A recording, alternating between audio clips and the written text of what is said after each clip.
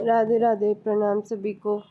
वसुदेव सुतम देवम कंस चाणूरमर्दनम देवकी परमानंदम कृष्णम वंदे जगद्गुरुम।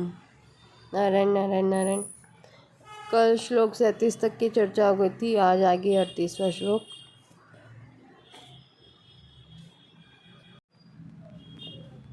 सुख दुखे समे कृत्वा लाभा लाभो जया जयो ततो युद्धाय युज्यस्व नैवं पापमवाप्स्यसि। जय पराजय लाभ हानि और सुख दुख को समान करके फिर युद्ध में लग जा। इस प्रकार युद्ध करने से तू पाप को प्राप्त नहीं होगा। व्याख्या। अर्जुन को यह आशंका थी कि युद्ध में कुटुंबियों को मारने से हमारे को पाप लग जाएगा, पर भगवान यहाँ कहते हैं कि पाप का हेतु युद्ध नहीं है, प्रत्युत अपनी कामना है। अतः कामना का त्याग करके तू युद्ध के लिए खड़ा हो जा। सुख दुखे समे कृत्वा ततो युद्धाय युज्यस्व।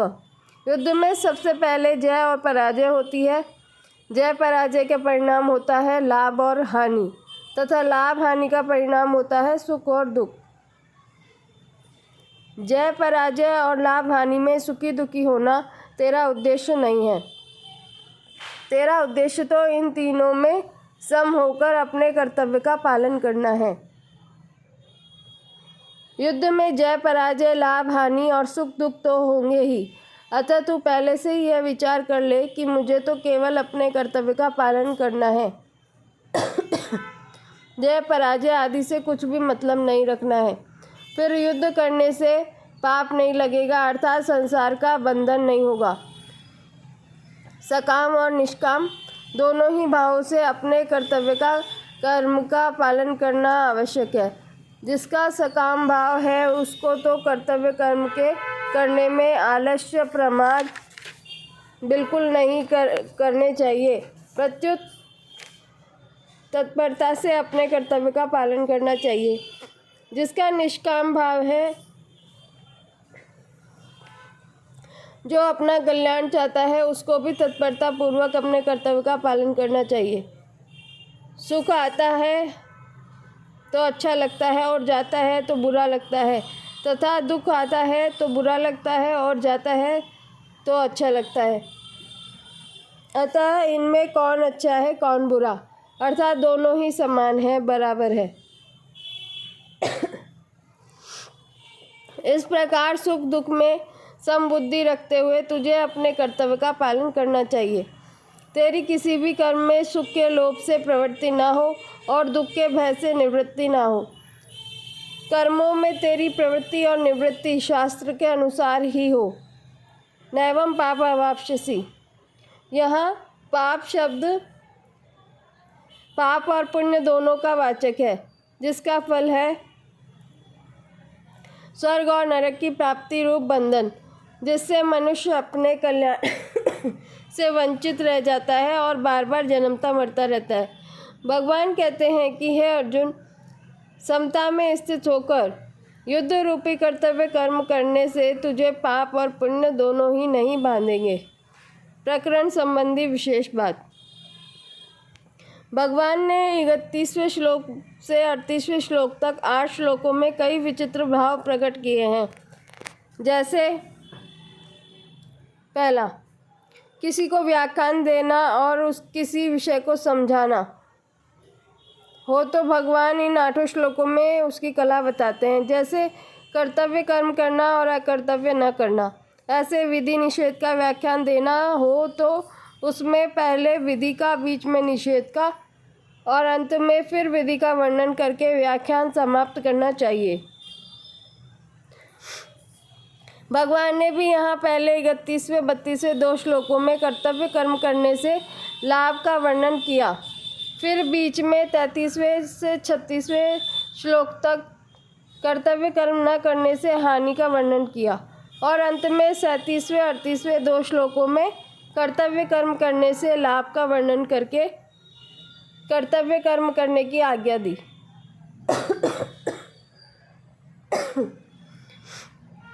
दूसरा, पहले अध्याय में अर्जुन ने अपनी दृष्टि से जो दलीलें दी थी उनका भगवान ने इन 8 श्लोकों में समाधान किया है। जैसे अर्जुन कहते हैं, मैं युद्ध करने में कल्याण नहीं देखता हूँ, तो भगवान कहते हैं, क्षत्रिय के लिए धर्म में युद्ध से बढ़कर दूसरा कोई कल्याण का साधन नहीं है। अर्जुन कहते हैं, युद्ध करके हम सुखी कैसे होंगे? तो भगवान कहते हैं, जिन क्षत्रियों को ऐसा युद्ध मिल जाता है वे ही क्षत्रिय सुखी हैं। अर्जुन कहते हैं, युद्ध के परिणाम में नरक की प्राप्ति होगी, तो भगवान कहते हैं, युद्ध करने से स्वर्ग की प्राप्ति होगी। अर्जुन कहते हैं, युद्ध करने से पाप लगेगा, तो भगवान कहते हैं, युद्ध न करने से पाप लगेगा।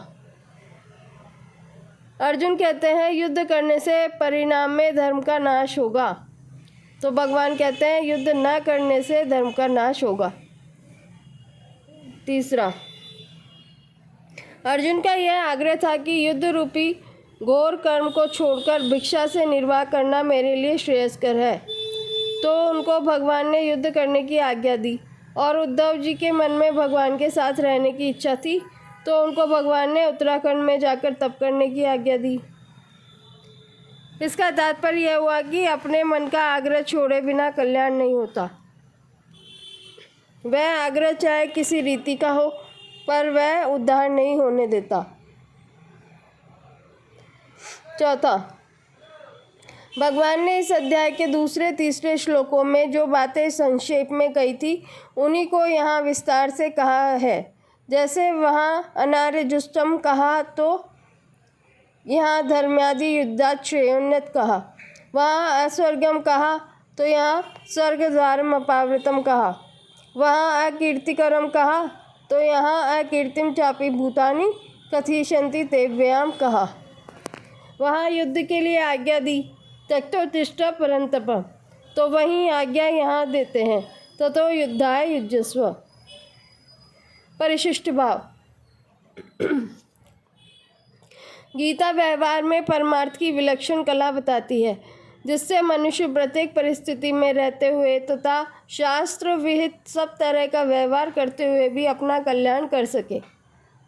अन्य ग्रंथ तो प्राय यह कहते हैं कि अगर अपना कल्याण चाहते हो तो सब कुछ त्याग कर साधु हो जाओ, एकांत में चले जाओ, क्योंकि व्यवहार और परमार्थ दोनों एक साथ नहीं चल सकते। परंतु गीता कहती है कि आप जहाँ हैं, जिस मत को मानते हैं, जिस सिद्धांत को मानते हैं, जिस धर्म संप्रदाय वर्ण आश्रम आदि को मानते हैं, उसी को मानते हुए गीता के अनुसार चलो तो कल्याण हो जाएगा।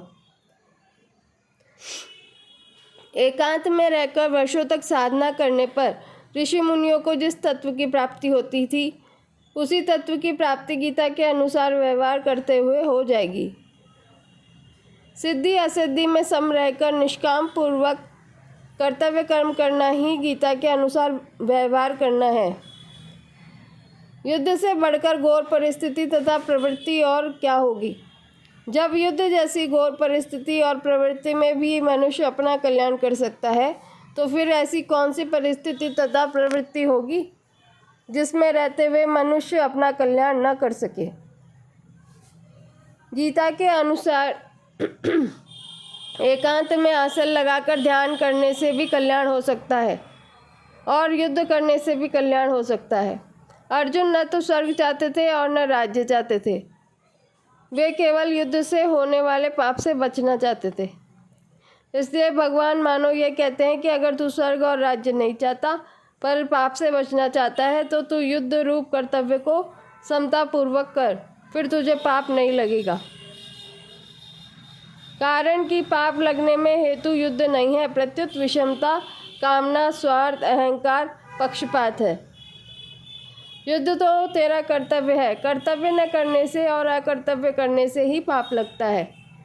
पूर्व श्लोक में भगवान ने अर्जुन से मानो यह कहा कि अगर तू राज्य तथा स्वर्ग की प्राप्ति चाहे तो भी तेरे लिए कर्तव्य का पालन करना ही उचित है।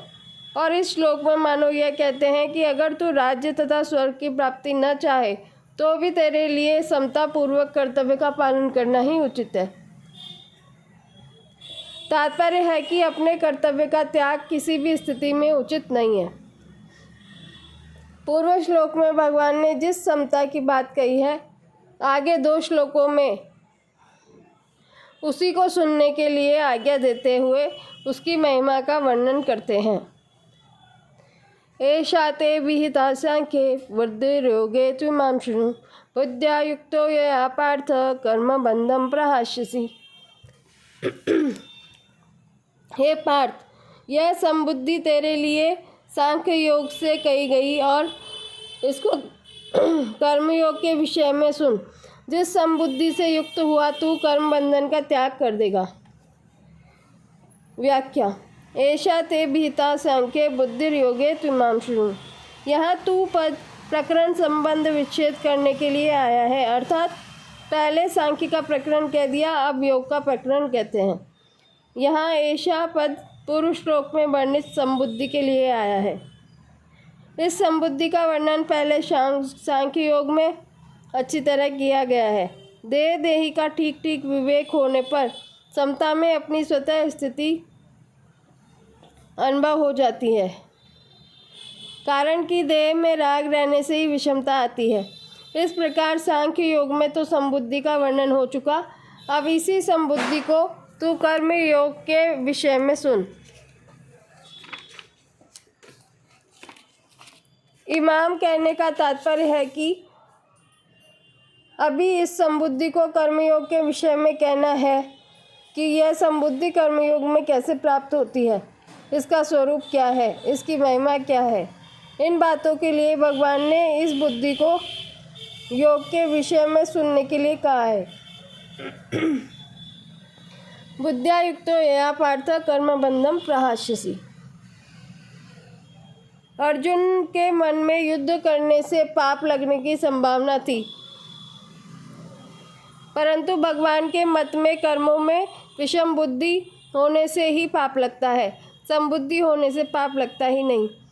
जैसे संसार में पाप और पुण्य की अनेक क्रियाएं होती रहती है, पर उनमें हमें पाप पुण्य नहीं लगते, क्योंकि उनमें हमारी समबुद्धि रहती है, अर्थात उनमें हमारा कोई पक्षपात, आग्रह, राग, द्वेष नहीं रहते। ऐसे ही तू समबुद्धि से युक्त रहेगा तो तेरे को भी कर्म बंधन कारक नहीं होंगे। इसी अध्याय के 7वें श्लोक में अर्जुन ने अपने कल्याण की बात पूछी थी, इसलिए भगवान कल्याण के मुख्य मुख्य साधनों का वर्णन करते हैं। पहले भगवान ने सांख्य योग का साधन बताकर कर्तव्य कर्म करने पर बड़ा जोर दिया कि क्षत्रिय के लिए धर्म रूप युद्ध से बढ़कर श्रेय का अन्य कोई साधन नहीं है। फिर कहा कि समबुद्धि से युद्ध किया जाए तो पाप नहीं लगता। अब उसी समबुद्धि को कर्मयोग के विषय में कहते हैं। कर्मयोगी लोक संग्रह के लिए सब कर्म करता है। लोक संग्रह में वापी संपश्यन कर्तुम अर्हसि। लोक संग्रह के लिए कर्म करने से अर्थात निस्वार्थ भाव से लोक मर्यादा सुरक्षित रखने के लिए लोगों को उन मार्ग से हटाकर सन्मार्ग पर लगाने के लिए कर्म करने से समता की प्राप्ति सुगमता से हो जाती है। समता की प्राप्ति होने से कर्मयोगी कर्म बंधन से सुगमता पूर्वक छूट जाता है। यह श्लोक 30वें श्लोक के बाद ही ठीक बैठता है और यह वहीं आना चाहिए था। कारण यह है कि इस श्लोक में 2 निष्ठाओं का वर्णन है। पहले 11वें से 30वें श्लोक तक सांख्य योग से निष्ठा बताई और अब कर्मयोग से निष्ठा बताते हैं। अतः यहाँ 31वें से 38वें श्लोक 8 श्लोकों तक यहाँ देने का कारण यह है कि कर्मयोग में समता कहने से पहले कर्तव्य क्या है और अकर्तव्य क्या है। अर्जुन के लिए युद्ध करना कर्तव्य है और युद्ध न करना अकर्तव्य है। इस विषय का वर्णन होना आवश्यक है। अतः भगवान ने कर्तव्य अकर्तव्य का वर्णन करने के लिए ही उपयुक्त 8 श्लोक कहे हैं और फिर समता की बात कही है। तात्पर्य है कि पहले 11वें से 30वें श्लोक तक सत असत के वर्णन में से समता बताई कि सत सत ही है और असत असत ही है, इसमें कोई कुछ भी परिवर्तन नहीं कर सकता। फिर 31वें से 38वें श्लोक तक कर्तव्य अकर्तव्य की बात कहकर 39वें श्लोक से अकर्तव्य का त्याग और कर्तव्य का पालन करते हुए कर्मों की सिद्धि असिद्धि और फल की प्राप्ति अप्राप्ति में समता का वर्णन करते हैं। परिशिष्ट भाव। कर्म योग के दो विभाग हैं, कर्तव्य विज्ञान और योग विज्ञान। भगवान ने 31वें से 37वें श्लोक तक कर्तव्य विज्ञान की बात कही है, जिसमें कर्तव्य कर्म करने से लाभ और न करने से हानि का वर्णन है। अब यहाँ से 53वें श्लोक तक योग विज्ञान की बात कहते हैं। पूर्व श्लोक में भगवान ने जिस समता की बात कही है वह सांख्य योग और कर्मयोग दोनों साधनों से प्राप्त हो सकती है। शरीर और शरीरी के विभाग को जानकर शरीर विभाग से संबंध विच्छेद करना सांख्य योग है तथा कर्तव्य और अकर्तव्य के विभाग को जानकर अकर्तव्य विभाग का त्याग और कर्तव्य का पालन करना कर्मयोग है। मनुष्य को दोनों में से किसी भी एक साधन का अनुष्ठान करके इस समता को प्राप्त कर लेना चाहिए, कारण कि समता आने से मनुष्य कर्म बंधन से मुक्त हो जाता है। एक धर्मशास्त्र पूर्व मीमांसा है और एक मोक्ष शास्त्र उत्तर मीमांसा है। यहाँ 31वें से 37वें श्लोक तक धर्मशास्त्र की और 39वें से 53वें श्लोक तक मोक्ष शास्त्र की बात आई है। धर्म से लौकिक और पारमार्थिक दोनों तरह की उन्नति होती है। धर्मशास्त्र में कर्तव्य पालन मुख्य है। धर्म कहो चाहे कर्तव्य कहो, एक ही बात है। जो करना चाहिए उसको न करना भी अकर्तव्य है और जो नहीं करना चाहिए उसको करना भी अकर्तव्य है।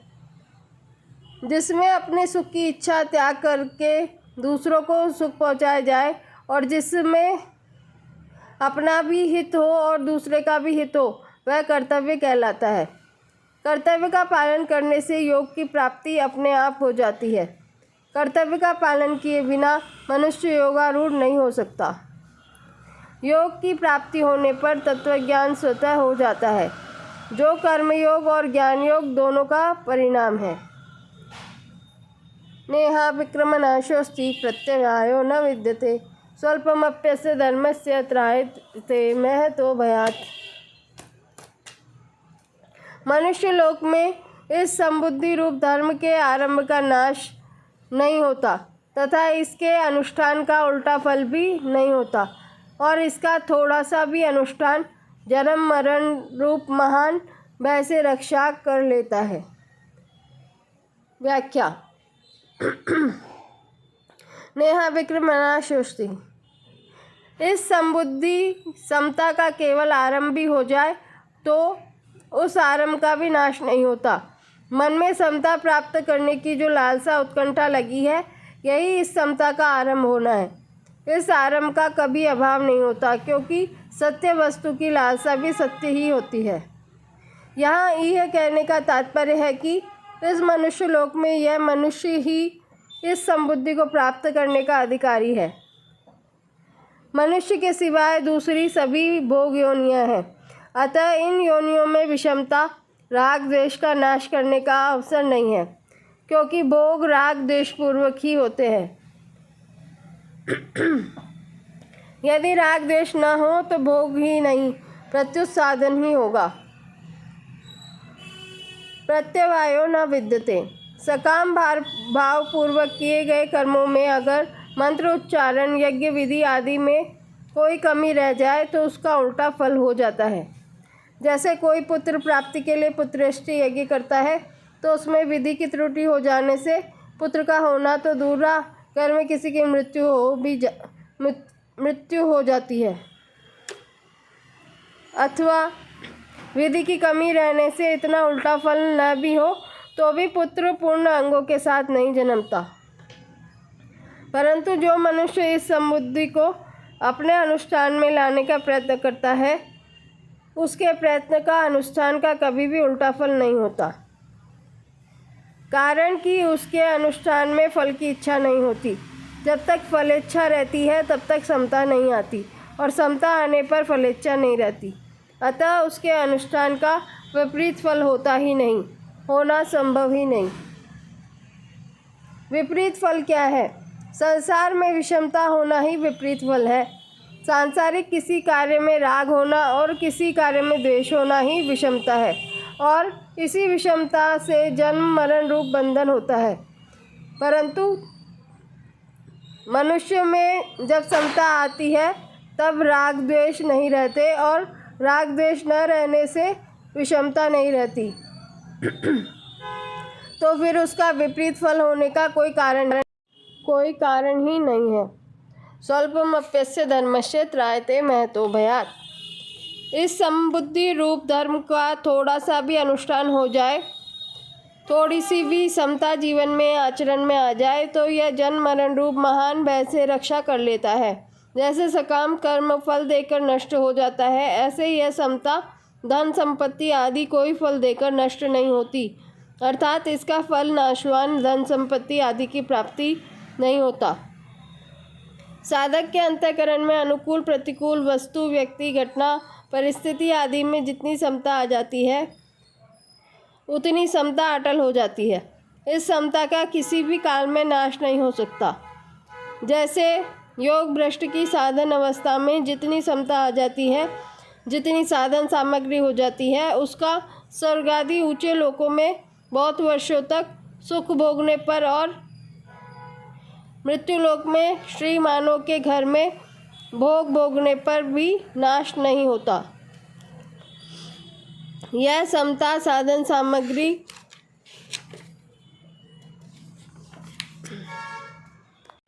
कभी किंचन मात्र भी खर्च नहीं होती, प्रत्युत सदा जो की त्यों सुरक्षित रहती है, क्योंकि यह सत्य है, सदा रहने वाली है। धर्म नाम दो बातों का है: दान करना, प्याऊ लगाना, अन्य क्षेत्र खोलना आदि परोपकार के कार्य करना, और वर्ण आश्रम के अनुसार शास्त्र विहित अपने कर्तव्य कर्म का तत्परता से पालन करना। इन धर्मों का निष्काम भावपूर्वक पालन करने से समता रूप धर्म स्वतः आ जाता है, क्योंकि यह समता रूप धर्म स्वयं का धर्म अर्थात स्वरूप है। इसी बात को लेकर यहाँ समबुद्धि को धर्म कहा गया है। समता संबंधी विशेष बात। लोगों के भीतर प्राय यह बात बैठी हुई है कि मन लगने से ही भजन स्मरण होता है, मन नहीं लगा तो राम राम करने से क्या लाभ। परंतु गीता की दृष्टि में मन लगना कोई ऊंची चीज़ नहीं है। गीता की दृष्टि ऊंची चीज़ है समता। दूसरे लक्षण आए या ना आए, जिसमें समता आ गई उसको गीता सिद्ध कह देती है। जिसमें दूसरे सब लक्षण आ जाए और समता ना आए उसको गीता सिद्ध नहीं कहती। समता दो तरह की होती है: अंतःकरण की समता और स्वरूप की समता। समरूप परमात्मा सब जगह परिपूर्ण है। उस समरूप परमात्मा में जो स्थित हो गया उसने संसार मात्र पर विजय प्राप्त कर ली, वह जीवन मुक्त हो गया। परंतु इसकी पहचान अंतःकरण की समता से होती है। अंतःकरण की समता है सिद्धि असिद्धि में सम रहना। प्रशंसा हो जाए या निंदा हो जाए, कार्य सफल हो जाए या असफल हो जाए, लाखों रुपए आ जाए या लाखों रुपए चले जाए, पर उसमें अंतःकरण से कोई हलचल ना हो, सुख दुख हर्ष शोक आदि ना हो। इस समता का कभी नाश नहीं होता। कल्याण के सिवाय इस समता का दूसरा कोई फल होता ही नहीं। मनुष्य तप दान तीर्थ व्रत आदि कोई भी पुण्य कर्म करे वह फल देकर नष्ट हो जाता है, परंतु साधन करते करते अंतःकरण में थोड़ी भी समता आ जाए तो वह नष्ट नहीं होती, प्रत्युत कल्याण कर देती है। इसीलिए साधन में समता जितनी ऊंची चीज़ है, मन की एकाग्रता उतनी ही ऊंची चीज़ नहीं है। मन एकाग्र होने से सिद्धियां तो प्राप्त हो जाती है पर कल्याण नहीं होता। परंतु समता आने से मनुष्य संसार बंधन से सुखपूर्वक मुक्त हो जाता है। परिशिष्ट भाव। समता की महिमा भगवान ने 39वें 40वें श्लोकों में 4 प्रकार से कही है। पहला, कर्म बंधम प्रहास्यसि। समता के द्वारा मनुष्य कर्म बंधन से मुक्त हो जाता है। दूसरा, नेहा विक्रम नाशोस्ति। इसके आरंभ का भी नाश नहीं होता। तीसरा, प्रत्यवायो न विद्यते। इसके अनुष्ठान का उल्टा फल भी नहीं होता। चौथा, स्वल्पमप्यस्य धर्मस्य त्रायते महतो भयात्। इसका थोड़ा सा भी अनुष्ठान जन्म मरण रूप महान भय से रक्षा कर लेता है। यद्यपि पहली बात के अंतर्गत ही शेष तीनों बातें आ जाती है, तथापि सब में थोड़ा अंतर है। जैसे पहला, भगवान पहले सामान्य रीति से कहते हैं कि समता से युक्त मनुष्य कर्म बंधन से छूट जाता है। बंधन का कारण गुणों का संग अर्थात प्रकृति और उसके कार्य से माना हुआ संबंध है। समता आने से प्रकृति और उसके कार्य से संबंध नहीं रहता, अतः मनुष्य कर्म बंधन से छूट जाता है। जैसे संसार में अनेक शुभाशुभ कर्म होते रहते हैं, पर वे कर्म नहीं बांधते, क्योंकि उन कर्मों से हमारा कोई संबंध नहीं होता। ऐसे ही समता युक्त मनुष्य का इस शरीर से होने वाले कर्मों से भी कोई संबंध नहीं होता। दूसरा, समता का केवल आरंभ हो जाए अर्थात समता को प्राप्त करने का उद्देश्य जिज्ञासा हो जाए तो इस आरंभ का कभी नाश नहीं होता, कारण कि अविनाशी का उद्देश्य भी अविनाशी ही होता है, जबकि नाशवान का उद्देश्य भी नाशवान होता है। नाशवान का उद्देश्य तो नाश करता है, पर समता उद्देश्य कल्याण ही करता है। जिज्ञासुरपि योगस्य शब्द ब्रह्माति वर्तते। तीसरा, समता के अनुष्ठान का उल्टा फल नहीं होता। सकाम भाव से किए जाने वाले कर्म में अगर मंत्रोच्चारण, अनुष्ठान, विधि आदि की कोई त्रुटि हो जाए तो उसका उल्टा फल प्राप्त होता है। परंतु जिसकी समता अनुष्ठान में जीवन में आ गई, उसमें अगर व्यवहार आदि की कोई भूल हो जाए, सावधानी में कोई कमी रह जाए तो उसका उल्टा फल नहीं होता। जैसे कोई हमारे यहाँ नौकरी करता है और अंधेरे में लालटेन जलाते समय कभी उसके हाथ से लालटेन गिरकर टूट जाए तो हम उस पर नाराज़ होते हैं, परंतु उस समय जो हमारा मित्र हो, जो हमारे से कभी कुछ चाहता नहीं, उसके हाथ से लालटेन गिर के टूट जाए तो हम उस पर नाराज़ नहीं होते।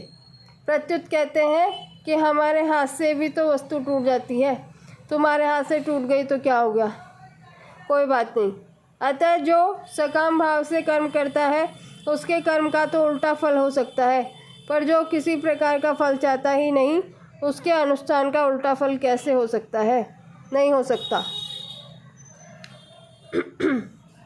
चौथा, समता का थोड़ा सा भी अनुष्ठान हो जाए, थोड़ा सा भी समता का भाव बन जाए तो वह जन्म मरण रूप महान भय से रक्षा कर लेता है, अर्थात कल्याण कर देता है। जैसे सकाम कर्म फल देकर नष्ट हो जाता है, ऐसे यह थोड़ी सी भी समता फल देकर नष्ट नहीं होती, प्रत्युत इसका उपयोग केवल कल्याण में ही होता है। यज्ञ, दान, तप आदि शुभ कर्म यदि सकाम भाव से किए जाएं तो उसका नाशवान फल धन संपत्ति एवं स्वर्ग आदि की प्राप्ति होता है, और यदि निष्काम भाव से किया जाए तो उसका अविनाशी फल मोक्ष होता है। इस प्रकार यज्ञ, दान, तप आदि शुभ कर्मों के तो दो दो फल हो सकते हैं, पर समता का एक ही फल है, कल्याण। जैसे कोई मुसाफिर चलते चलते रास्ते में रुक जाए अथवा सो जाए तो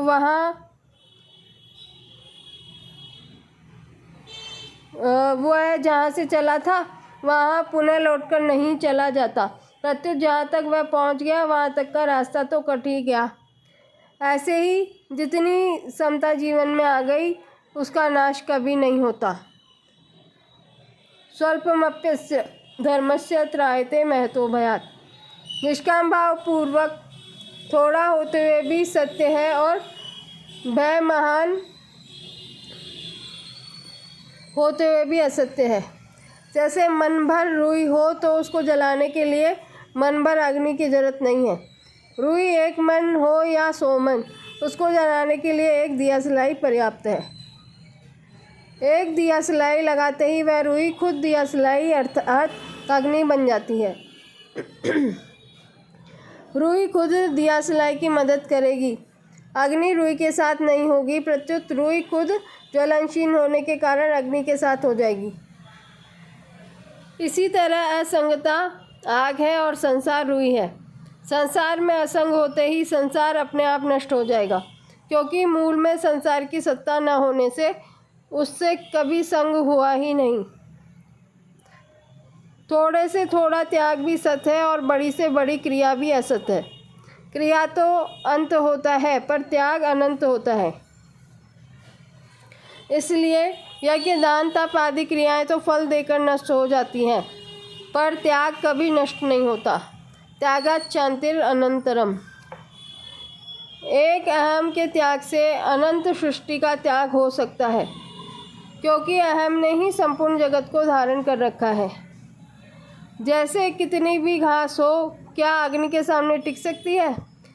कितना भी अंधेरा हो, क्या प्रकाश के सामने टिक सकता है? अंधेरे और प्रकाश में लड़ाई हो जाए तो क्या अंधेरा जीत जाएगा? ऐसे ही अज्ञान और ज्ञान की लड़ाई हो जाए तो क्या अज्ञान जीत जाएगा? महान से महान भय क्या अभय के सामने टिक सकता है? समता थोड़ी भी हो तो भी पूरी है और भय महान भी हो तो अधूरा है। स्वल्प समता भी महान है क्योंकि वह सच्ची है, और महान भय भी स्वल्प है क्योंकि वह कच्चा है। समता को निष्काम भाव को स्वल्प कहने का तात्पर्य है। निष्काम भाव तो महान है, पर हमारी समझ में, हमारे अनुभव में थोड़ा आने से उसको स्वल्प कह दिया है। वास्तव में समझ थोड़ी हुई, समता थोड़ी नहीं हुई। उधर हमारी दृष्टि कम गई तो हमारी दृष्टि में कमी है, तत्व में कमी नहीं है। इसी तरह हमने असत को ज़्यादा आदर दे दिया तो असत महान नहीं हुआ, प्रत्युत हमारा आदर महान हुआ। इसीलिए अगर हम सत का अधिक आदर करें तो सत महान हो जाएगा, अर्थात उसकी महत्ता का अनुभव हो जाएगा, और असत का आदर ना करें तो असत स्वल्प हो जाएगा। वास्तव में असत महान हो या स्वल्प, उसकी सत्ता ही नहीं है। नासतो विद्यते भाव। और सत महान हो या स्वल्प, उसकी सत्ता नित्य निरंतर विद्यमान है। ना भावो विद्यते सतः। इसलिए उपनिषदों में परमात्म तत्व को अणु से भी अणु और महान से भी महान कहा गया है। अणो अणियान मैं तो महीयान। इसके आगे की श्लोक की चर्चा कल करेंगे। राधे राधे।